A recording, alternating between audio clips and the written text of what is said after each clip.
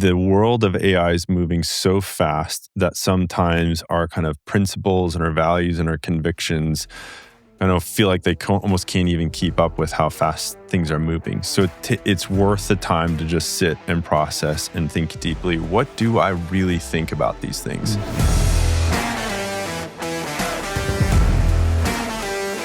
Welcome to the Workmatters podcast, the podcast exploring the powerful connection between faith and work. Each episode features practical, real-life conversations around topics like Christian leadership, calling, workplace culture, entrepreneurship, spiritual growth, purpose-driven work, and what it means to honor God through your career and influence. So whether you're leading a business, serving customers, building spreadsheets, working in a factory, or simply want deeper meaning in your work, this podcast will encourage and inspire you to see your work as sacred and transformational. So let's dive in. Well, I am so thankful to have a dear friend to Workmatters on our podcast today. Matt Randerson is with us today. Matt, we're so glad to have you. Thank you so much for having me. Yeah, thanks for being on. Matt was a speaker at our conference recently, but let me tell you about Matt Randerson. He is the founder and the CEO of Human Culture, a company focused on helping organizations adopt AI and build a future of integrated intelligence between humans and machines. Matt launched his company in 2025 to bridge the gap between artificial intelligence and human potential. He specializes in guiding organizations through the AI adoption journey by focusing on the human side of talent and creating a roadmap for a truly integrated future. Before launching Human Culture, Matt led product and service innovation at Barna, which is where we met Matt originally, leveraging social and market research to equip hundreds of nonprofits for growth. His career began at a Fortune 300 financial services firm where he developed and scaled a nationwide generosity program that has delivered over, catch this, 1 million projects globally, while also pioneering multi-generational learning pathways for leaders.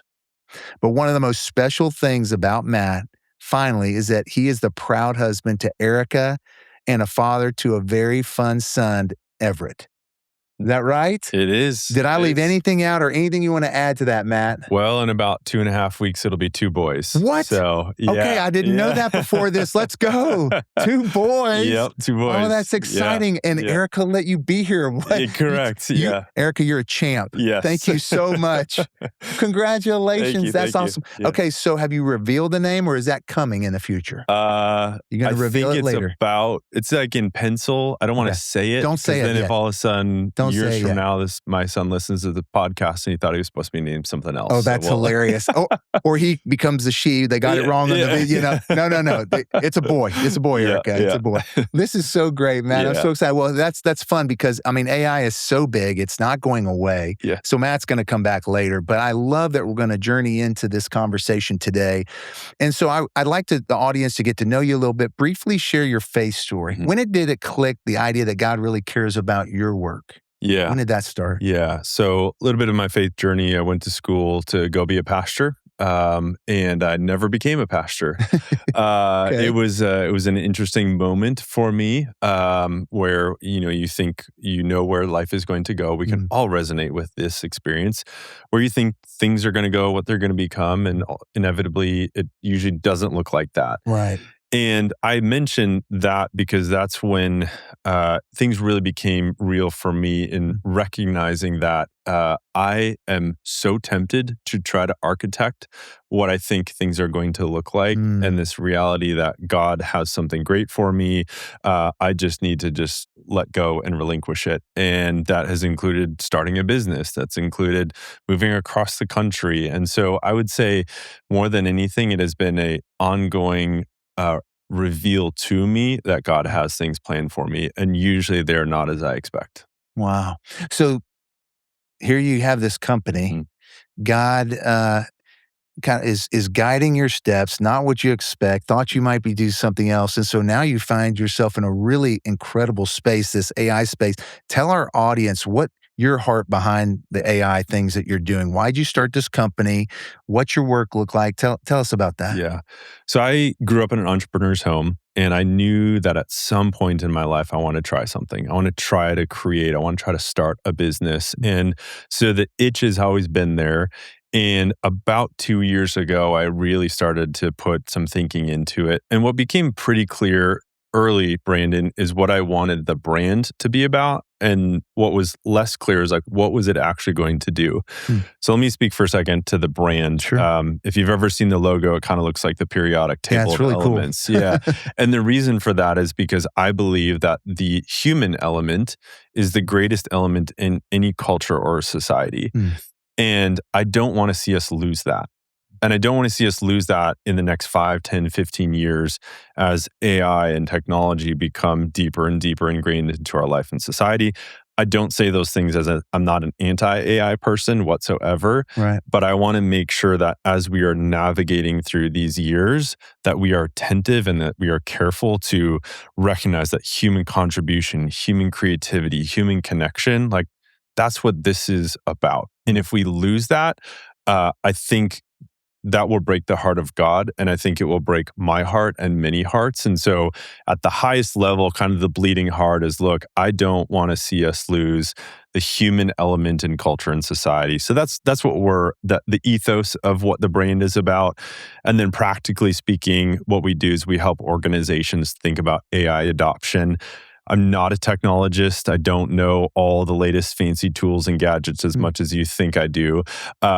But what I do focus on is I focus on the human side. If we can learn anything from history, when we're, implementing new tools and new technologies, we invest heavily on the tech itself, and we drastically underinvest and underprioritize just how difficult it is for us as humans to just like mess with our behaviors and blow up our paradigms for how things get done. And if like that's the heart of AI right now, it's just kind of messing with all our rules to how we think we can get things done. So it absolutely is. A lot of people I talk to, they don't know what to do with AI. Yeah. Some people get real excited of it. Some people think the end is coming with, now. I mean, I watched all the Matrixes, I mean, this is where we're going, right? No, I mean, okay. So I love the fact that your heart behind it is not losing the humanity and the humanness of people. Yep. So a lot of people are on the fence. What are people telling you? How are they responding to AI, both the good and the bad? What are you seeing? How are you responding to them in that? What does that look like? Yeah. I think so I believe it was November 2022 when ChatGPT first came onto the scene. And that was like the moment when AI became real, like in a very drastic way. I mean, artificial intelligence has actually been around since 1950, 1960. So it's not a new thing. But when it burst onto the scene, I think that was the ground zero moment when we realized this thing is going to change the world in some good ways and maybe some not so good ways. And since that time, people have been wrestling and tinkering and processing. So I've seen it all. I've seen the whole array of it. But one of the things that I would just love to encourage as I speak this to myself every day, is I have to keep leaning in and trying to understand what it is. It is so easy for us to make assumptions and make conclusions about something that we don't fully understand. And in some ways, that's what we do as humans. That is so complex. And rather than leading into the complexity, I'm just going to kind of pick a narrative. I'm going to hold on to it rather than diving into the messy complexity of it. Yeah. I wonder if some people, it scares them to dive into the complexity. Yeah. I wonder why it scares them.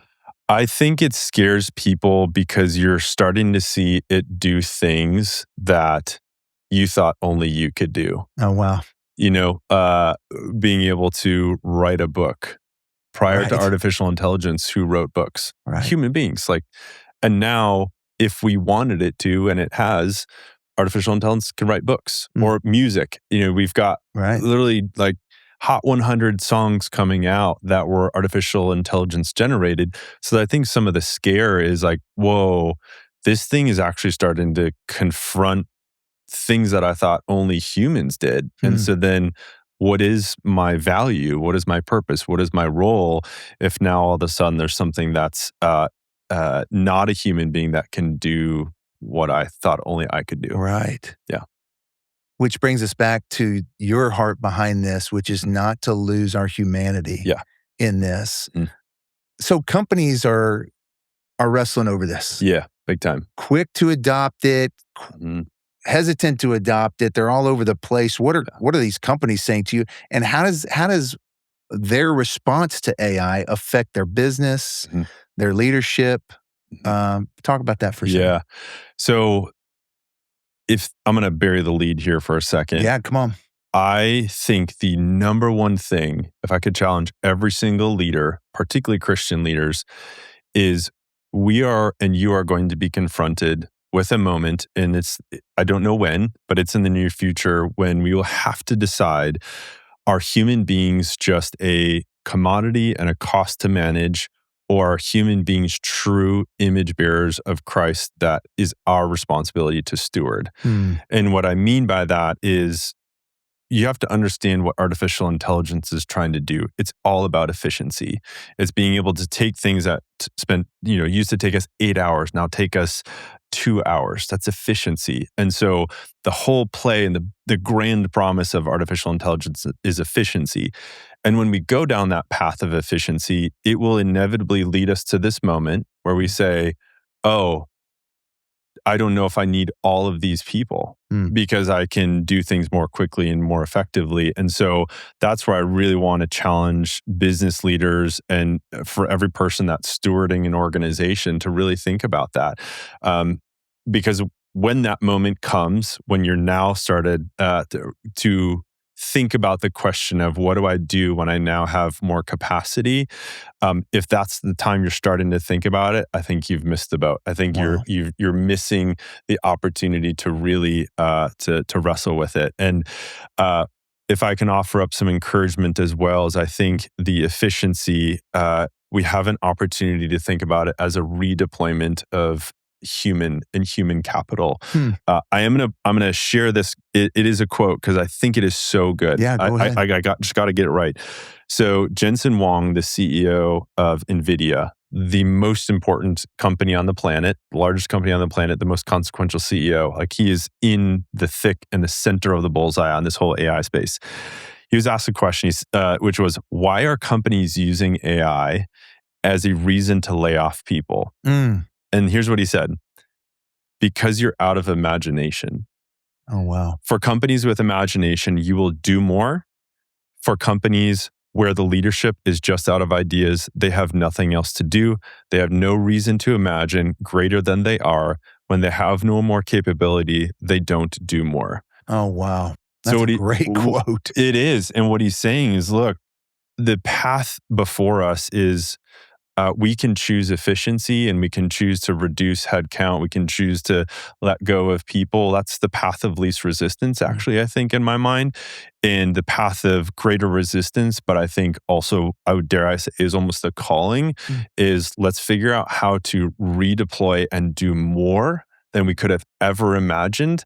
But to have the vision, the creativity to do that, that's the harder path and that's the harder work. Yeah.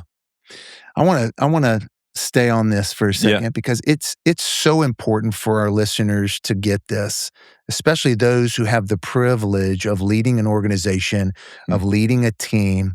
How do you view your people? Do you view them as just something that I can improve my bottom line by getting rid of and replacing with AI? Or do I see them as an image bearer? And do I have the imagination and the creativity to then take the resource of time, which we now have gained an advantage with AI? Can I redeploy that in a creative and imaginative way to help even bring more of the image bearing of a person out? This was literally the lunch conversation I had right before I got here. A good friend of ours, Steve Blair, he was talking about a CEO, how he's thinking about his company. I won't name the name of the company, but it's a larger company. Is he's got a backlog of ideas. He's just waiting for more capacity to come online. So hey, when my human talent, when my people are creating more efficiency, so they've got more margin, he's like, okay, let's go work on the next idea. let's go figure out the next thing. So for him, it's, yes, we want to use AI because I want more efficiency so we can go tackle the next problem, which I think that feels a little bit of the minority perspective versus what I feel and what I see a lot of times is adopting AI so we can find efficiencies, so we can extract cost from the organization. And I think that says something about what we view as the value of humans.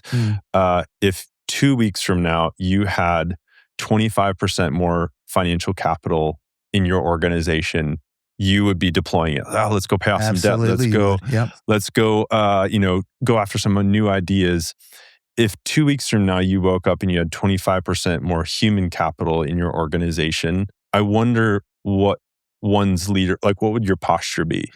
Would you be, well, maybe we're a little overstaffed. Like maybe we're a little bloated. Maybe we should get rid of some people. I think when you have 25% more human capital, how you respond to that question, I think is a pretty good tell of how you think about human beings. I'm being a little bit dramatic. I want to give grace to the fact that this is all very complex. Sure. But that's where I would, if I could encourage leaders to wrestle with one thing, is wrestle with that. Wrestle with what will you do when you have more human capacity than you do now? How will you redeploy it? That will tell you a lot about what you think about the human being. Yeah. What will you do when you have more human? Say it again one more time, just for our team, because you said it so well. Can you say it again? Yeah. You know, you always ask that question. You're like, can you say it again? Like, what did I just say? That was so good. What will you do when you have more human capital available in your organization?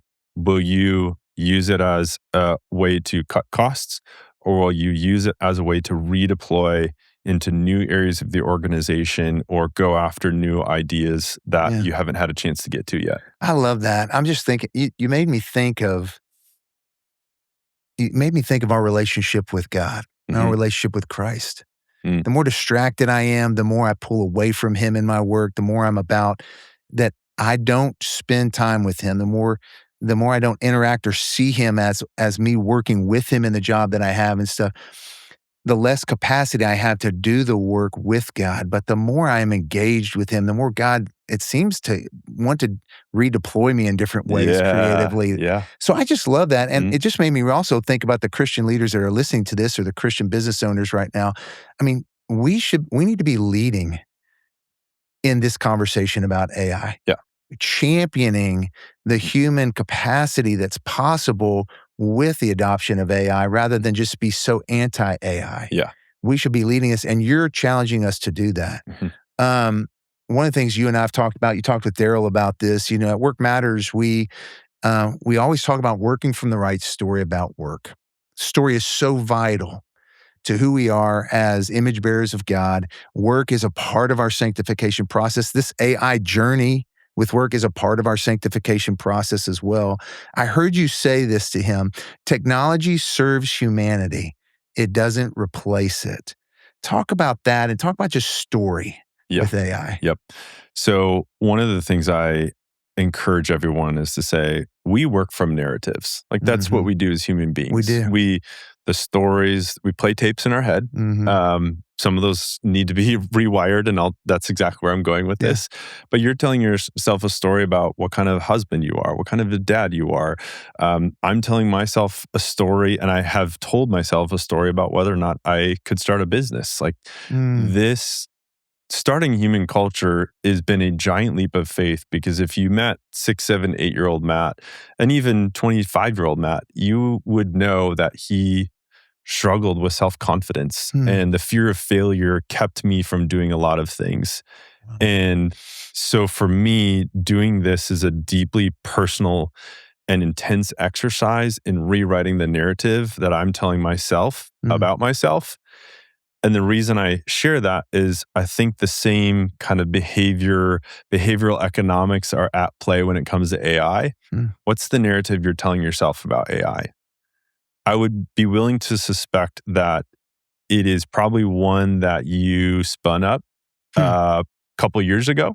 Okay. and you're reinforcing it based on the narratives and the things you see in the headlines, it is our opportunity to kind of challenge the assumptions underlying our narratives. Yeah. Give you a very practical example of this. Please do. I've got a friend, he is the CEO of an organization. It's pretty great little organization, probably a couple hundred employees. He's got an engineering team, and a few years ago, he tried to get his engineers to use AI, and one of them said he tried it, and he's like, this is not any good. And earlier this year, he still wasn't really using it. It was like, well, why aren't you using it? He's like, oh, well, I tried it a couple years ago, and it wasn't any good. It's like, hey, it has changed so drastically and so dramatically. AI is moving so fast. And so my encouragement is, if we're just kind of latching on to a certain narrative and a certain story about what AI is or isn't, we might be missing some things. We might be missing the opportunity to kind of rewire our perspective on AI. Because here's the reality too, is, yes, AI and what it will do in the future has a lot of uncertainty and some things that are concerning. But also what's pretty cool is, the COVID vaccine as an example, artificial intelligence was used to create that vaccine. It's been well documented over history that coming up with a vaccine like that would have taken 5, 6, 7, 8 years. Wow. And they did it in a matter of months. Again, I'm not trying to use this as anything political, other than the fact that artificial intelligence has and can be used for good, and it certainly can be used for bad as well. Yeah. And with what you're doing and the company you've created, you can help with that narrative. You can help see where maybe the narrative is off. You can help companies see where maybe they might want to change that narrative in their company. As well as in their own heart and in their own mind as well. When I use AI sometimes, I feel like I might be cheating. We talked about this earlier. I feel like sometimes, I'm like, I'll type in something to AI because I'm like, am I taking the easy road here? Am I cheating? Is my integrity being compromised that I'm using AI? So talk about that, because I hope I'm not the only one that feels that way. Yeah. I don't think you're the only one that feels that way. Good. I think what that means is that you're just a very sweet and imperfect human being, as we all are. Again, as I was alluding to earlier, it's all of a sudden it can start to do things that took us a long time, or the things that we could only do. And I think that wrestling is normal. My encouragement is, before you're done, say you're working on a blog post or whatever, just take a moment, set it aside, close the laptop, and just think and process through it. One of the ways that people kind of use AI in a way that helps them wrestle with that, am I just cheating? Is they reintroduce friction. So AI is all about the elimination of friction, being able to do things very fast and very quickly. And sometimes, at least for me, I've found that saying, okay, I need to reintroduce friction. So what that means is I'm actually going to literally hit the off Wi-Fi button I turn off the Wi-Fi on my laptop, and I just sit there with a version, and it is my keystrokes, and it's only my brain. And I sit and I process and I think, or say I'm working on something, I'll take 2 thoughts from it and I'll go on a walk, or I'll take it. This is kind of a fun little hack. If I'm working on something in say ChatGPT, I will take it over to Notebook LM, which can kind of create these podcast things. I'll say, hey, I'm working on this right now.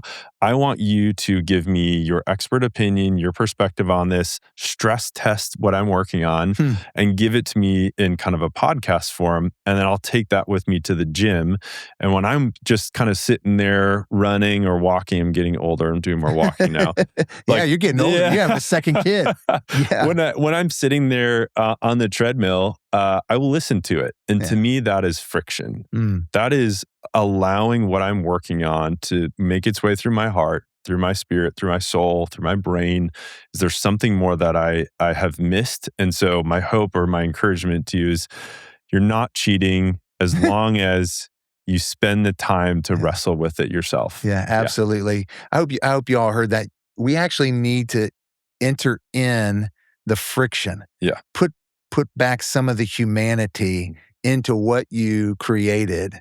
Funny, I did that the other day, not knowing I was doing that. But after I put to AI, I'm like, I need to write a bio for a speaker for me. Okay, I'm going to go speak these places. I need to write a bio on myself. I put it in there. I said, okay, help me with this. Help me write this. It wrote it, and I read it, and I was like, golly, I'm incredible. I read my own bio after AI produced it, and I was like, this guy's incredible. Who is this guy? Oh, wait, that was me. Yeah. This is too good. Like, this makes me appear much better than I am. And so I went back in there and I was like, I'm not that good. So let's change that word. I'm not that good. I didn't do that. Yeah. And it was helpful. I mean, by the end, I did feel like, okay, this is me. Mm-hmm. This is me. I'm so thankful for this gift that AI helped me, because it helped me push through a roadblock of how I would communicate about myself. But then I went back in and said, I would say it differently. I'd say it like this. Yeah. And I don't know about you, but if I was asked to write a bio and I didn't have any assistance or help, it'd probably take me 35, 40 minutes, just blank page, like, how do I write about myself? Oh, absolutely. So it's good starting fuel. But at the end of the day, you did that good work of this has to be me. So final question. Yeah. I want to ask you, for our listeners, for myself as well, 2 or 3 practical things we could begin to do to engage this space, to maybe even change the narrative in our own hearts and minds about AI. What are 2 or 3 practical things we could do? The first I would say is spend time and be honest with yourself. And like, what is the narrative I'm telling myself about AI? It feels maybe it's an archaic exercise, but it's really not. The world of AI is moving so fast that sometimes our kind of principles and our values and our convictions, I feel like they almost can't even keep up with how fast things are moving. So it's worth the time to just sit and process and think deeply. What do I really think about these things? What do I feel about these things? And if this narrative never changes, how does it benefit me? Or also, how does it hurt me? Because I think the reality is that AI is going to be inescapable. It's going to be everywhere. Right. And so it won't be without consequence if we just choose to kind of bury our head in the sand and never touch it ever again and believe it's the worst thing in the world. I think most technology is neutral, and human beings end up being the ones that kind of push it in positive directions and push it in negative directions. So it's really a neutral thing. And so we just have to think about that. So my practical encouragement would be like, wrestle with your narrative. The second thing is go create. Go be creative. I think one of the things I've found is that as I use AI more than I ever have in my entire life. And what it has encouraged me is to say, Matt, you are a creator. You are designed to create. I am imago Dei. I am made in the image of God. And so if going and creating means something very analog, go and do that. Or if you want to create, you want to be like a vibe coder, or just like, hey, I wonder if I could make something out of nothing. Like, go create. Awesome. It's amazing how much when you reconnect your spirit and your soul with creating, how much more you recognize that you are truly irreplaceable. I love that. Engage your narrative, go create. Yep. Engage your narrative, go create. I love that. Real practical, right where you are. It makes me just continuously think. I just remember when the iPhone came out, and all that kind of stuff. We were all nervous about it and what's going to happen. And the less education, the more fear we had. We're Christ followers. We have nothing to fear in this world. Yeah. Right? We're part of the way. Yep. We bear the image of God, you just said. So engage the narrative and go create. Yep. Man, I love that. Thank you, Matt, so much. I got a couple of wrap-up questions for our audience to know you just a little bit more. So when you put away AI, you turn off the computer and you unplug, what's one of your favorite things to do? Yeah. One of my favorite things to do is go sit on the back deck. We live in a nice little wooded area. Love to turn on the lights, turn on the fire, and just sit there. And I found myself looking up at the sky, the stars, depends upon what time the little one gets down. Sometimes it's rough. But just looking up and just recognizing that, like, wow, this is a very, very big space we live in. Because usually I've spent that entire day looking at a computer screen. So I just need to re-anchor myself. That is something I very, very much like to do at the end of the day. I love that. One more question. Yep. Music genre. What's your go-to music? Country. Are you serious? Oh, big time. Yeah. Man, I knew we were brothers. I knew we were brothers at heart. Give me some honky tonk. My gosh. Give me Eric Church, Midland. Give me the George Strait. Give me. Oh my gosh. This was the best podcast I've ever had right here. He's talking to a Texan. I mean, I'm loving this country music guy right here. Matt, thank you so much. We're going to end on that. If someone wants you to come and speak, and I would highly recommend, get Matt on your podcast, get him to your conference and let him speak. He did it for us. He knocked it out of the park with our folks. Or if you have a company and you need some consulting in this area, man, reach out to Matt. Matt, how do they reach out to you? Yeah. So you can visit humanculture.ai or you can email me directly, matt@humanculture.ai. matt@humanculture.ai. Thank you, Matt, so much. We're so glad to have you be a part of Workmatters. This was awesome. Awesome. Thanks for having me. Thanks. Thanks for joining us on the Workmatters podcast. I want to invite you to take the next step today in living out your faith through your work by taking our online course, the Workmatters Institute.